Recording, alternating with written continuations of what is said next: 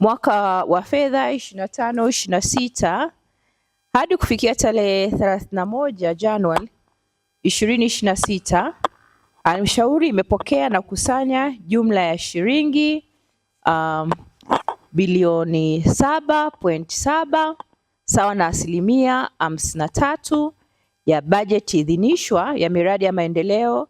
Katika fedha hizo, shilingi bilioni 2.7 ni fedha za mapato ya ndani sawa na 58% ya fedha zote za mapato ya ndani zilizopaswa kupelekwa katika miradi ya maendeleo, na shilingi bilioni 2.4 ni fedha kutoka serikali kuu sawa na 49%.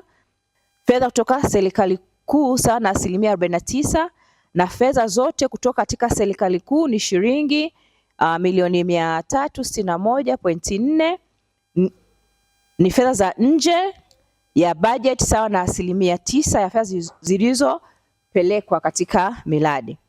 Utekelezaji wa shughuli za halmashauri kisekta. Serikali kuu, katika elimu ya msingi tumeweza kupeleka jumla milioni 50 imepokelewa kwa ajili ya ukamilishaji wa maboma madarasa kule Runyanywi. Elimu sekondari, jumla ya kiasi cha shilingi milioni 60 zimepokelewa kwa ajili ya ukamilishaji wa maabara sekondari ya Makoo na Runyanywi. Idara ya afya, shilingi milioni 100 zimepokelewa kwa ajili ya ununuzi wa vifaa tiba katika zahanati 5 na kituo cha afya 1. Utawala, jumla ya kiasi shilingi milioni 50 imepokelewa kwa ajili ya ukamilishaji wa nyumba ya mkurugenzi.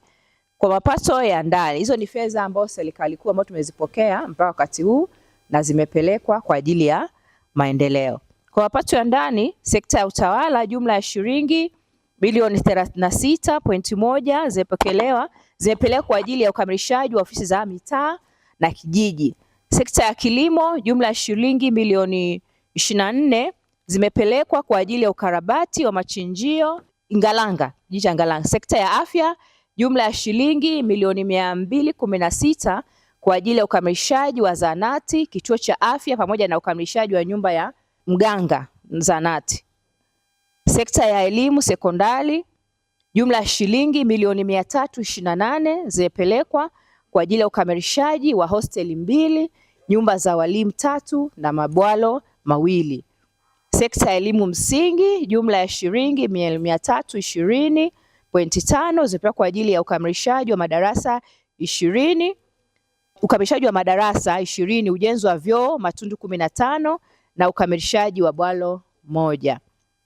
Aidha, tunatoa shukurani zetu kwa rais wetu wa nchi wa Jamhuri ya Muungano wa Tanzania Dr. Samia Suluhu Hassan, pamoja na kuendelea kuboresha miundombinu ya sekta ya elimu, ya afya na pia na watu kwa ajili ya kutuletea pia watumishi.